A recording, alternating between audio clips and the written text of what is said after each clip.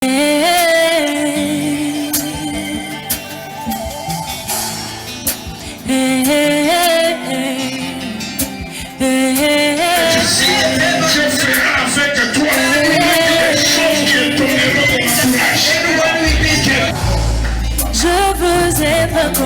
Jésus. La grandeur, c'est la volonté de Dieu. Je veux être comme Jésus toute ma vie. Je voudrais être comme Jésus. Je veux être comme Jésus toute ma vie. Hey, hey.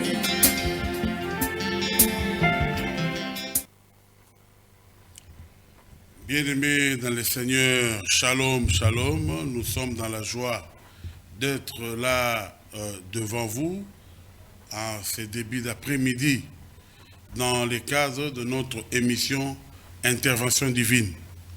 Bien-aimés dans le Seigneur, nous vous invitons vraiment à être scotchés. Invitez vos membres de famille. Soyez là pour ces quelques moments que nous allons passer dans la présence de Dieu pendant l'enseignement et la prière. Je veux prier. Éternel Dieu de toute grâce, nous te sommes infiniment reconnaissants. Nous te recommandons ce temps entre tes saintes mains. Laisse que tout ce que nous allons parler, que cela soit pour ta gloire, dans le nom précieux de votre Fils Jésus-Christ. Bénis nos familles, bénis toute personne qui sera connectée à ce programme. J'ai ainsi prié. Amen. Amen. Voilà. Donc, aujourd'hui, nous allons introduire notre émission. Désormais, nous sommes là chaque jeudi à partir de 13h30 et la rediffusion samedi à partir de 18h30. Moi, c'est l'apôtre, votre humble serviteur, l'apôtre Greg Kankienza, pasteur responsable de l'église Centre Missionnaire International à Montagne de Sion, situé à Lemba Canrich, sur l'avenue Bokiki, numéro 13. Aujourd'hui, nous allons introduire. Et pour introduction, Dieu nous a mis à cœur de partager un enseignement très important sur la bonne marche de notre vie chrétienne, ou comment nous pouvons vivre la victoire de manière générale dans tous les aspects de notre vie. Nous allons parler sur les esprits des eaux, femmes et maris de nuit. Les esprits des eaux, 2 points, femmes et maris de nuit. Ezali moko ba phénomène oyo eza makasi na kati ba vie ya batu oyo ezobundisa. Phénomène wana, femmes et maris de nuit. Oyo et batami na kati ya thème munene que nous appelons les esprits des eaux. Pour la petite histoire, les esprits des eaux, selon la Bible, quand nous lisons la parole de Dieu, nous lisons la parole de Dieu dans Apocalypse. Nous allons lire la parole de Dieu dans Apocalypse chapitre 12. Apocalypse chapitre 12, rapidement. Nous lisons la parole de Dieu. Apocalypse chapitre 12, verset 7.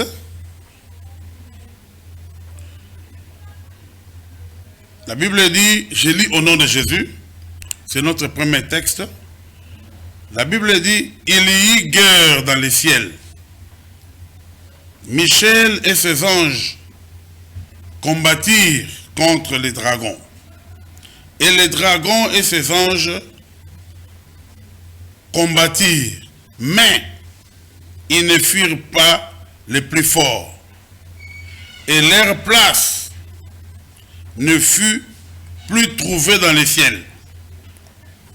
Verset 9.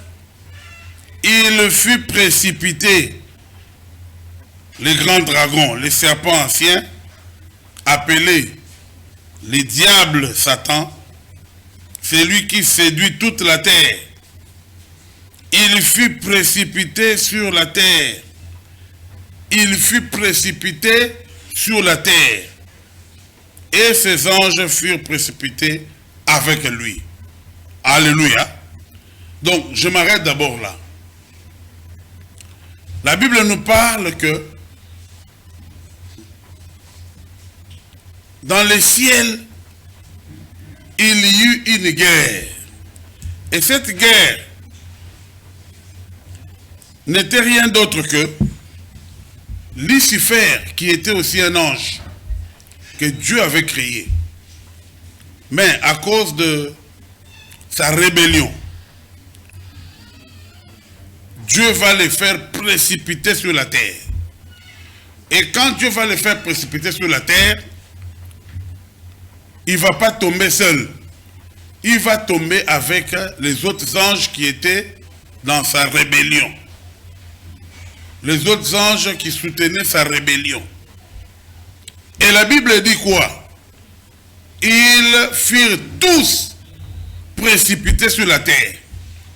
Et quand vous lisez toujours d'Apocalypse chapitre 12, la Bible dit malheur à la terre parce que le diable est descendu au milieu de vous animé d'une grande colère. Alors tant que ange wana ba boaka ki bango na yemoko Lucifer. Il y a un groupe, il y a ba ange ba kwea ki na seme ba suka na deuxième ciel. Il y a un autre groupe des anges ba ba kwea ki na mabele. Et ça na ba groupe mosusu ba ange ba kwea ki na se ya mabele. Et ça na ba ange mosusu ba kwea ki na nini na ba mai. Il y a sur les esprits des eaux.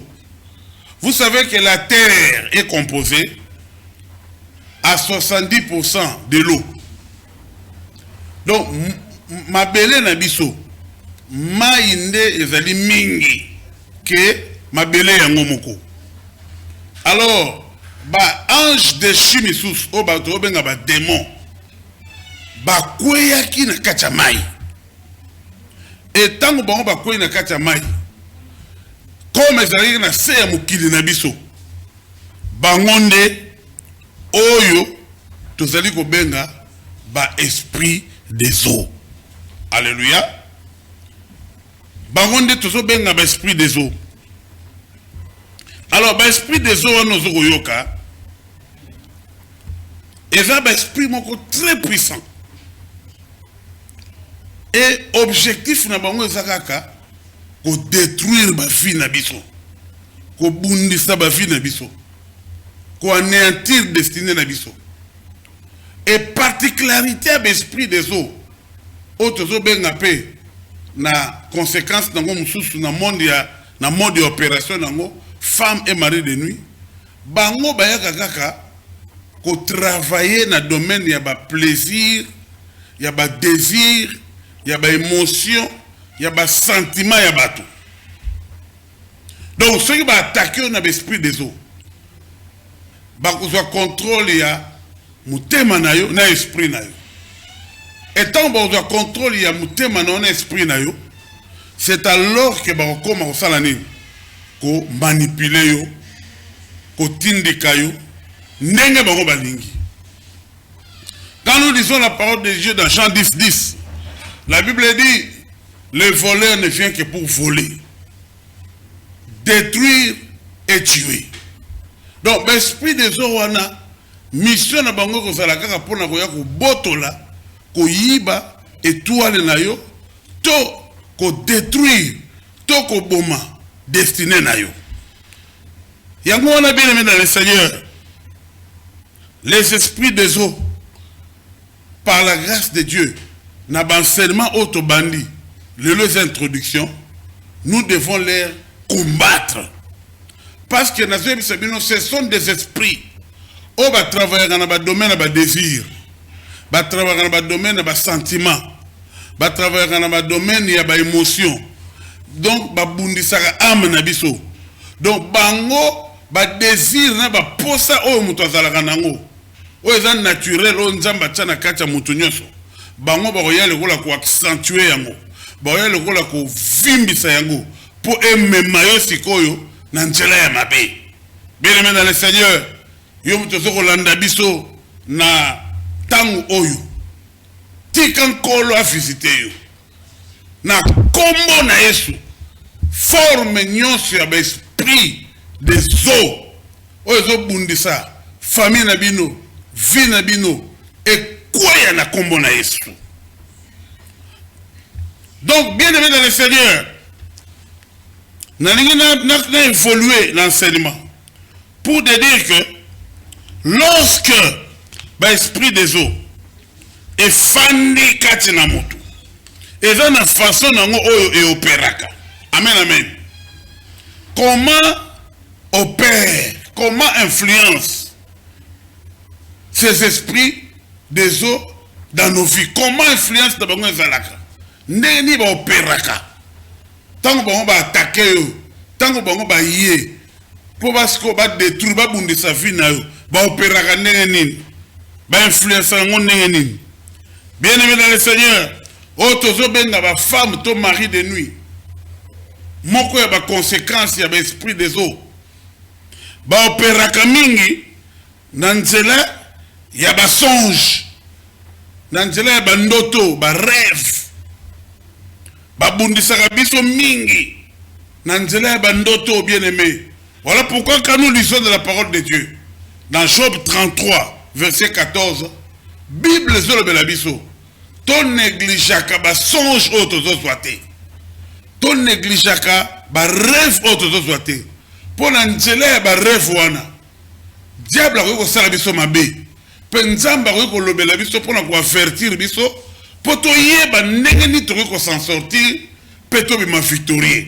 Bien aimé dans le Seigneur, ces esprits quand ils opèrent contre nos vies, ils opèrent par les songes, ils opèrent dans les rêves. Voilà pourquoi plusieurs personnes baza victimes na ba songe na bango, na nzela ba rêve na bango, okomona ba visitation wana. Il y a des femmes peut marier de nuit. Pas comme on a yango, et ça c'est la nini, et ça qu'on y a la baboutou. Au moins on lali, au moins on a besoin qu'on attaque yon mari de nuit.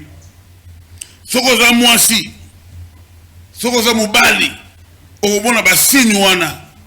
Bien aimé dans le Seigneur, à cause il y a un esprit des eaux, oh il y a opéré, dans le lenge il y a des femmes mariées de nuit. Na dimension wana conséquences alinines. Beaucoup de couples sont dans des problèmes. Beaucoup de couples sont en difficulté. Objectif de banque ça comme même ba couple na ba divorce. Comme même ba fiançailles na ba séparation.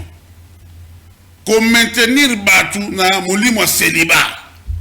Bien aimé, quand les esprits des eaux opèrent dans ta vie, au travers les femmes et maris de nuit, beaucoup de couples sont instables. Beaucoup de couples sont déstabilisés. Qui m'y exact dans ma balle? Qui m'y exact dans ma relation? Parce que l'esprit wana, ce sont des démons puissants, au baza très jaloux, baza très méchants, bakoki jamais qu'on dima. Couple efanda na esengo bakoki jamais kondima muto a réussir relation na ya fiançailles à côté de libala bakoki jamais kondima mutu a évolué na ba sentiment moko purifié na lobanzam. Donc bien aimé dans le Seigneur, yango moni ba couple belé et ça n'a pas problème à cause ya esprit oyo femme peut marier de nuit o va ça esprit des eaux. Bien aimé, les esprits des eaux opèrent fréquemment dans les rêves. Nakata ba rêve, okomona ba esprit wana ba yo fan dans la sexe amutu. Ba esprit wana fan dans mingi na ba sexe, et ko fan na sexe amutu. Ya moi si tu es mubali. Ce qui est possédé et fan dans la sexe na yo. Bien aimé, yango zomona ba pas en couple, mais mubali azana ben puissance sexuelle. Bat pas en couple, moi si azana ba frigidité.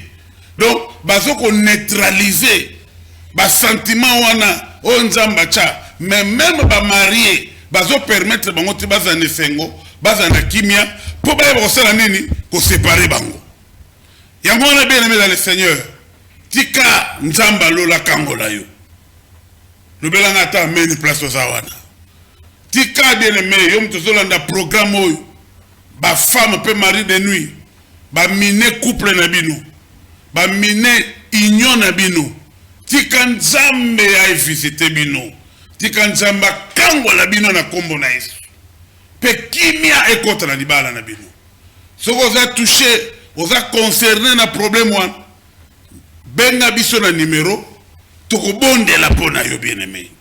Donc je disais que particularité de l'esprit femme peut mari de nuit ba fanda na ba sexe ceux qui ba fandi na sexe ba omona ba koma ko pesa mobali to mwasi ba désir moko exagéré na biso que ça ba esprit o manipuler ba désir donc ba ko pesa ba posa moko exagéré à cause de ba posa wana au moins un couple est déstabilisé au moins un couple moins fait na kimezate et voir même na kata ba rêve au moins moi c'est alali azo mona na relation na mutu mazo mona été mais akola mwaga na tongo amonika njoto na mwasi ezale kola mutu entretenir qui rapport na mutu physiquement wana za ba symptômes ba signe que mutoyo aza visiter na l'esprit wana ya ba femme pe mari de nuit même mibali au moins mobali alali na tongo azomona ke on dirait que na relation na mutu effectivement eza na kamoko na bondela ya ser moko ya bande ko mona kazo kuta na penana mobali azo kuta na penana mobali siko soki ba kangio na esprit wana et que yo poko mona plaisir wana eza malamu c'est alors que ba komema susu alliance wana dimension mususu et la dimension ba komema bien aimé et ko sala ke vie na yo ezala totalement confisqué na milimu wana yango wana bien aimé soko zoyo kalelo banzambo zolanda programme oyo kotika l'insensibilité benga biso tokutana tokobondela pona yo tokopesa ba conseil penzamba lola akoyeba na ko intervenir selon kondima oyo kozala nango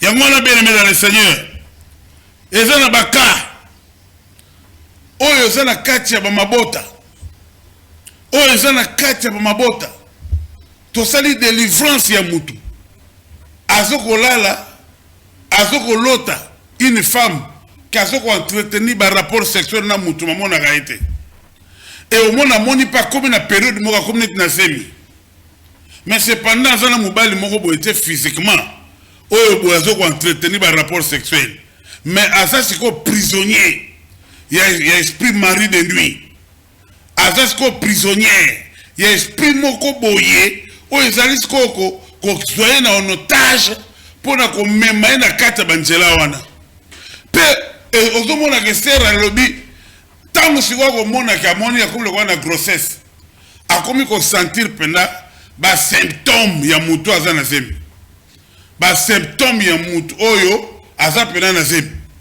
akomoka neti libumuke kilo akomoka neti ba fatigue akomoka neti ba posa ko bwaka ba soyi neti mwasi nyonso aza na zemi yeska bandoka ni sondira aza na zemi te bien aimé oza vraiment na zemi ya solo mena nenga bondoki oza pena na zemi ya solo oza pena mobali babengi ya butu oyo azo ko entretenir yo bien aimé soki mobali ya butu to mwasi ya butu azo konza azo dominer na vie na yo okomona pembe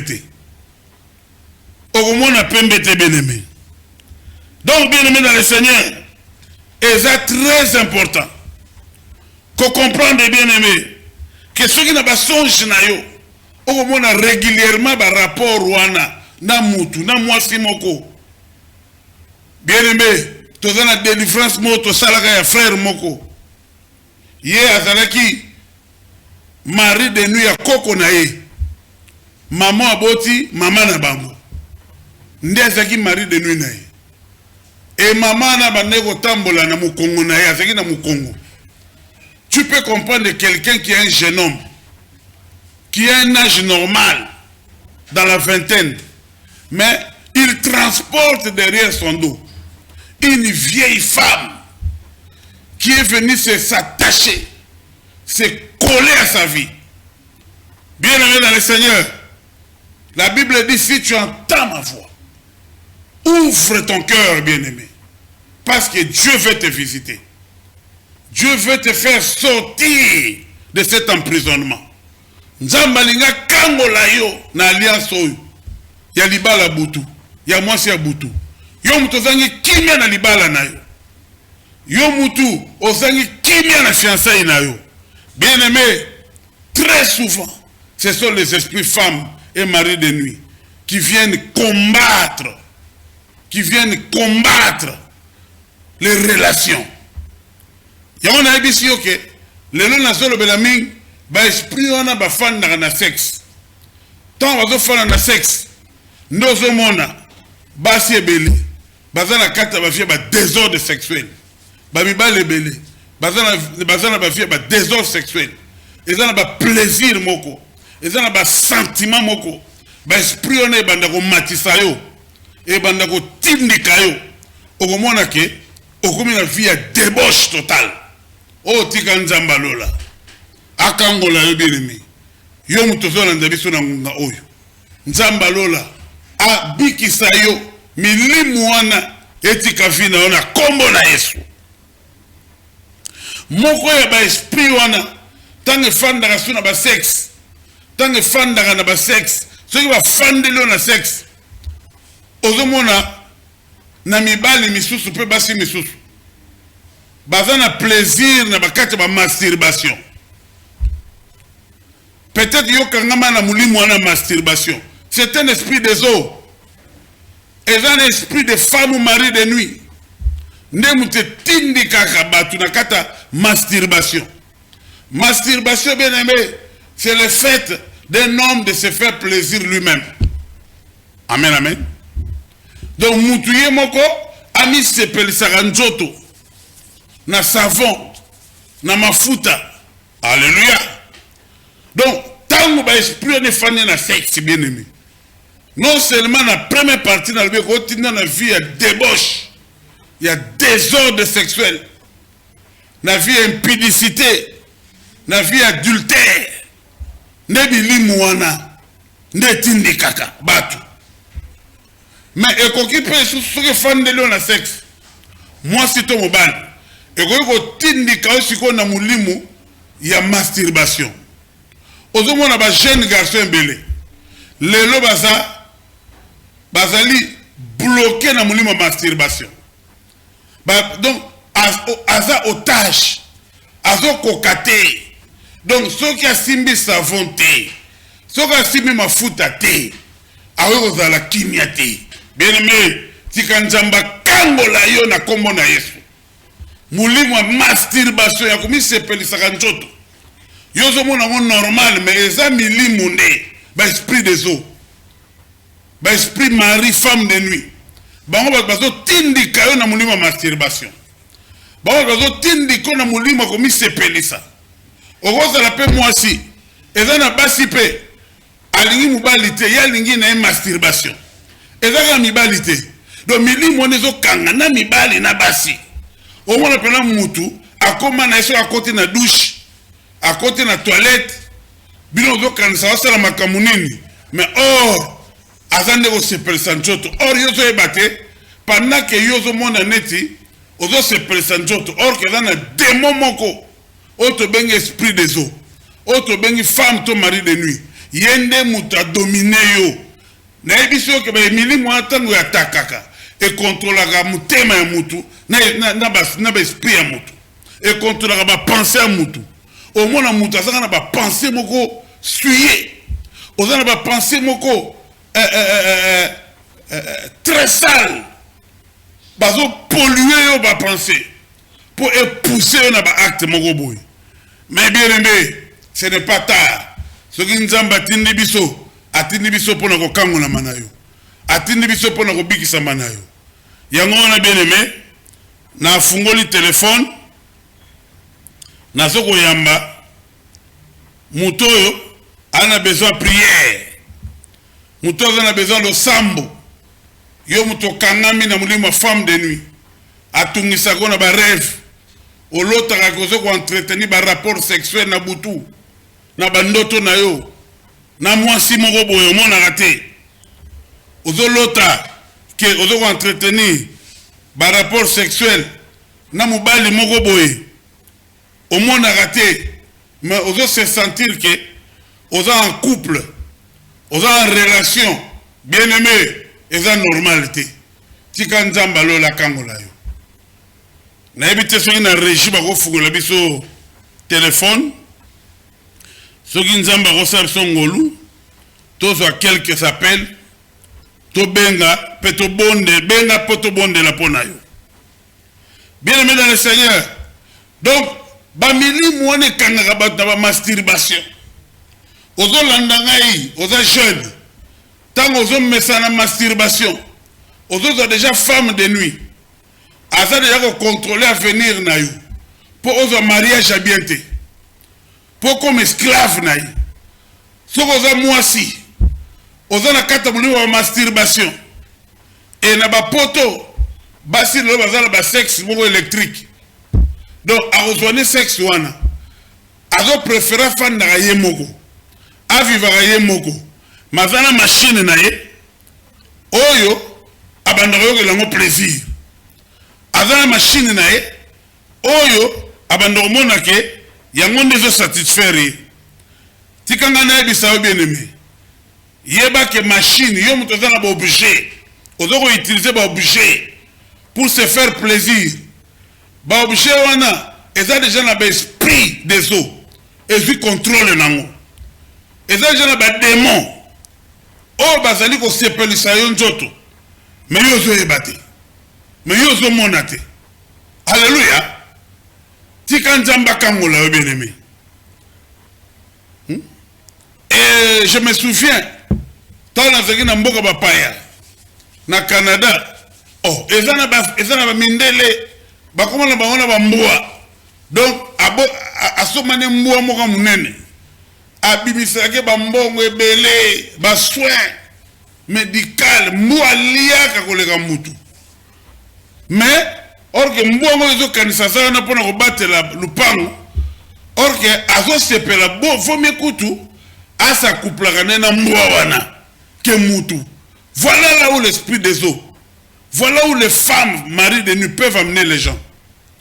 Donc les gens bah pas comme le voilà donc n'a pas esprit beaucoup bestial et c'est normal. Moi ça se ça avec pendant la possibilité mais avec entretenir rapport sexuel n'amboa avec entretenir rapport sexuel on nzamba sali pour mutasa na libala n'a pas obligé et ça va conséquence ba influence il y a ba femme mari de nuit il y a milimo esprit des eaux ozali ko kanga batu pour détruire ba fille na bango. Bien aimé dans le Seigneur tika nzamba lola yo mtozoka mugongo nanga akangola yo. Est-ce que mutuma ko lobelanga amen? Lobelanga ta amen ko nzamba avancé. Lobelanga ta amen yo mtona ndako po nzamba visiter yo. Omona loboko na nzamba. Tozotanga liloba kolo. Tozotanga liloba nzambe et puis tu continues. Bien aimé tika yo mutoza capté yo mutoza na 4 émissions oyo. Bien aimé qu'on néglige destiné na yote. Et ça le long l'esprit des eaux. Phénomène musu ezo opérer. Ezo kanga ba jeune na ba te belé na mulimo pornographie. Pornographie. Donc olinga ko talaka ba biloko ba pazo sangisa kan nzoto na nzela ba film. Surtout le loto za na kata ba réseau social oyo mutunyo za na téléphone Android. Kale zalaki faut que ne cinéma otala ba film genre wana. Mais lelo yo komi gratuit na ba téléphone. Bino ba jeune nazo ko interpeller yo tika nzamba kangola na mulimo pornographie tika nzamba kangola na mulimo ya ko sepelisa misu na yo donc o milangwe déjà na kotala mitakala ya batu obali nanu te ozana na musala malonga te mais ozotika ba posa moko banchoto e mataka yo bien aimé et même yo wapi bien aimé femme mari de nuit esprit des eaux nezo tindika batu na mulimo ba pornographie ozomona mutaza marié aza pena mwasi malinga ka film pornographie aliga film pornographie c'est normal te alléluia namoni ndeko monga benge biso na ebite zanani sur la régie pour passer biso appel nae bien aimé dans le Seigneur batu baza ko kangama allô allô allô oui ouais shalom oui oui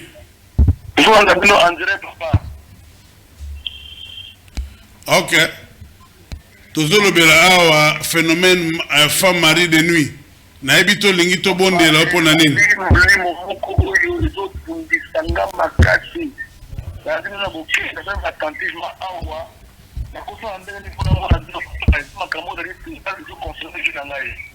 en tout cas nzamba pambola yo yaka soko za na temps lelo na 17h toza na prière na biso ya combat na lemba Camp Riche avenue Bokiki numéro 13 bis.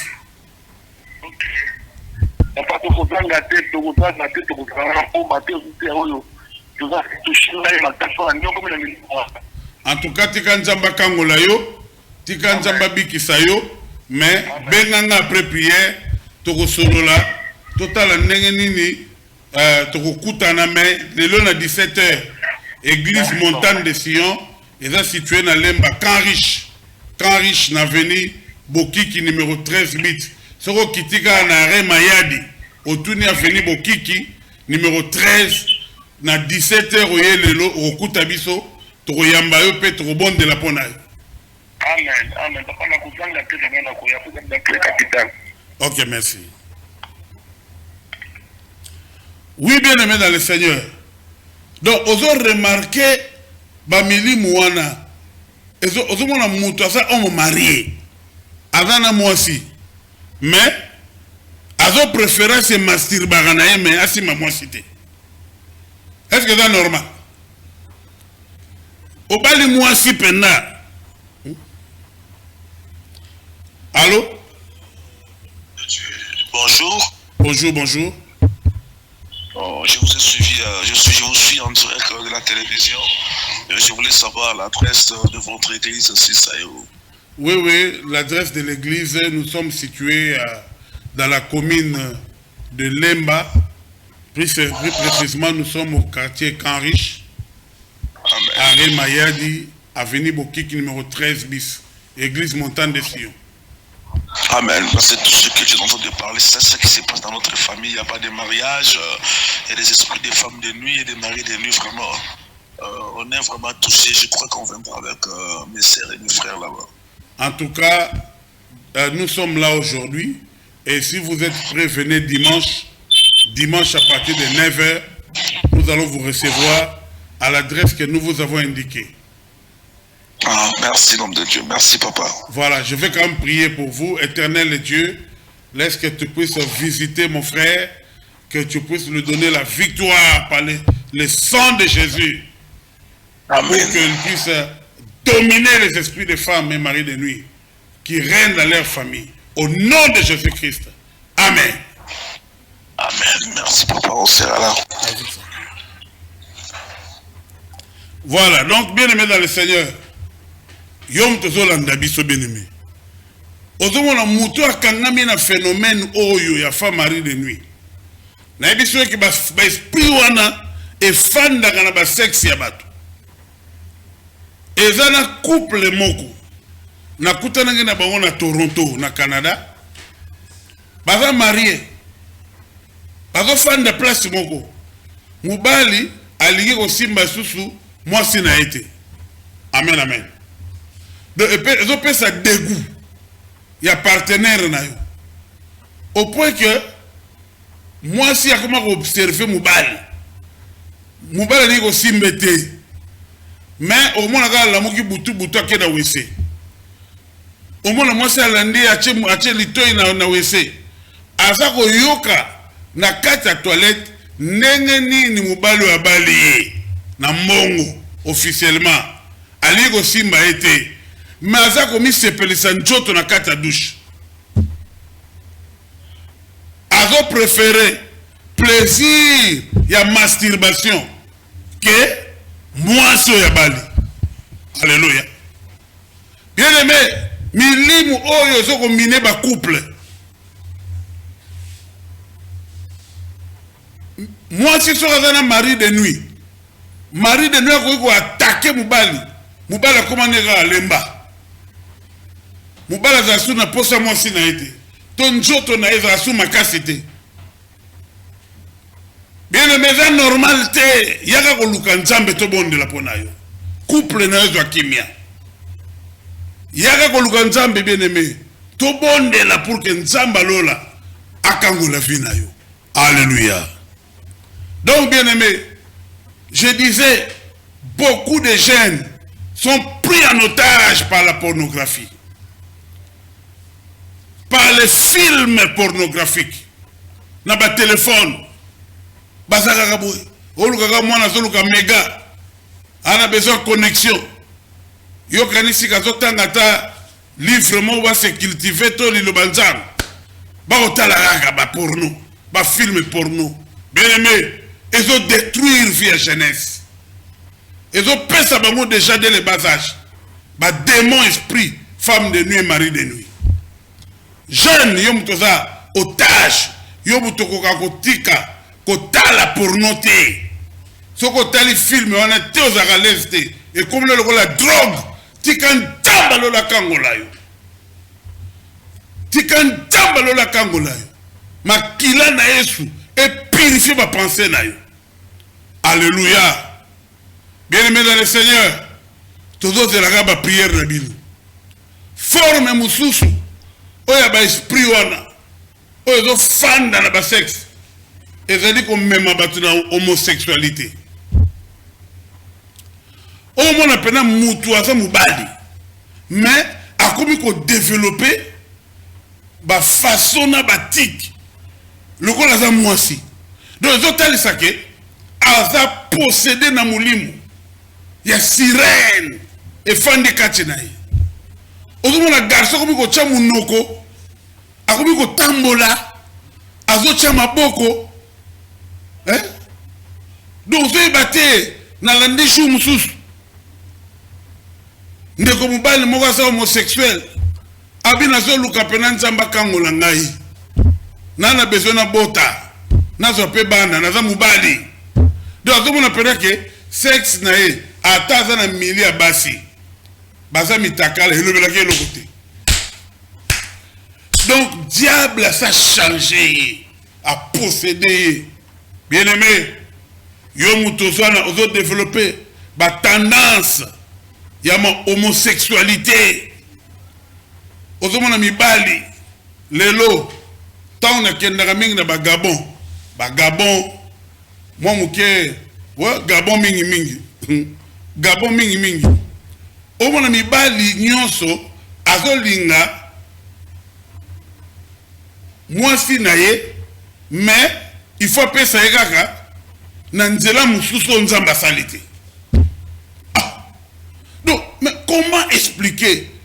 Donc nzamba pesi nzela mususu. Yo ozolinga, j'ai prié pour beaucoup de couples au Gabon. Oyo basi bazolinga di ba pratique wanate. Bien aimé dans le Seigneur. Yo mutoza na kati ya homosexualité. Oza na kati ya lesbianisme. Mwasi azolinga mubali te, azolinga mwasi. Mwasi, mubali. Bazobe on se ba deux fois.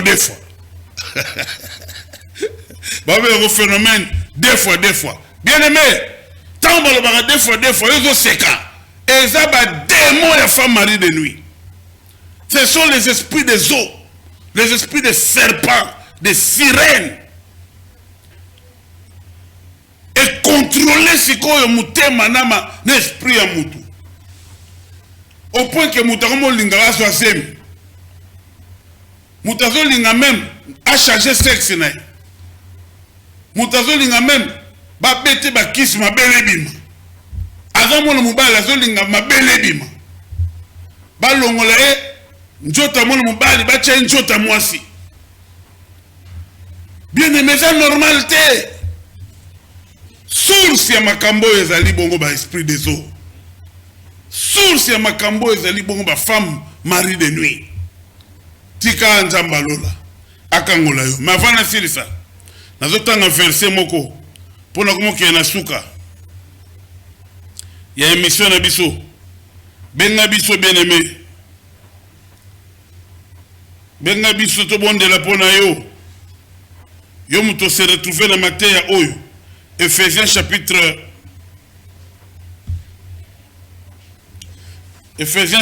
2, verset 4. La Bible dit quoi? Mais Dieu, qui est riche en miséricorde, à cause du grand amour dont il nous a aimés, nous qui étions morts par nos offenses, il nous a rendu la vie avec Christ. Il nous a ressuscités ensemble et nous a fait asseoir ensemble avec lui dans les lieux célestes. Alléluia. Bien-aimé, j'implore la miséricorde de Dieu dans ta vie. J'implore la miséricorde de Dieu dans ta vie. Au niveau de la régie, s'ils peuvent nous mettre une chanson plutôt, comme ça nous allons prier pour toutes les familles qui nous suivent et nous allons clôturer notre émission. Bien-aimés dans le Seigneur, je venais de lire Ephésiens chapitre 2, verset 4. Ce texte nous parle de la miséricorde de Dieu. Tika miséricorde Nzambe kita na ba famille na bino. Tika miséricorde Nzambe kita na mabota na bino. Tika miséricorde Nzambe kita na ba vie na bino. Na kombo na Yesu Kristo. Yo muto kangami na ba phénomène famille Marie de nuit. Yo muto vivaka ba biloko. Yo muto kangami na ba film porno. Yo muto kangami na mulimo masturbation. Yo muto kangami na mulimo homosexualité. Na kombo na Yesu. Nazo bondela. Nzamba lola. Akitisa miséricorde na ena fina. Akitisa miséricorde na ena fina. Obika bikambo. Nzamba kangola yo. Situation na etika la lolengo yote. Au nom de Jésus-Christ. Au nom de Jésus-Christ. Oh tika sabaote. Amona kozi na yo. Tika nzamba mona kozi na yo. Oezo nyokola yo. Oezo tungisa yo. Dans le nom de Jésus, je prie que le Dieu de la délivrance descende en ta faveur. Que le Dieu de la délivrance libère ta vie. Que le Dieu de la délivrance visite ta famille. Te délivre de l'homosexualité. Te délivre de l'esprit de lesbianisme. Te délivre de l'esprit de masturbation. Te délivre, bien-aimé, de l'esprit de suivre fréquemment les films pornographiques. Tikayo mutomona ba rêve que tu entretiens des relations sexuelles dans la nuit, par tes rêves, dans les songes. Que le Dieu de la Bible te visite. J'implore sa miséricorde dans ta vie. Au nom de Jésus. Au nom de Jésus. Bien-aimés dans le Seigneur, nous sommes à la fin de notre programme. Nous, c'est l'église Montagne de Sion. Nous vous invitons chaque jeudi à partir de 17h. chaque dimanche, à partir de 9h, nous sommes à Lemba, Camp Riche. Tu vas descendre à l'arrêt Mayadi. Tu demandes seulement l'avenue Bokiki, numéro 13. Viens nous voir. Nous allons prier ensemble. Nous allons invoquer le nom de l'Éternel pour que ta situation change. Que Dieu vous bénisse. Que Dieu vous bénisse. Amen.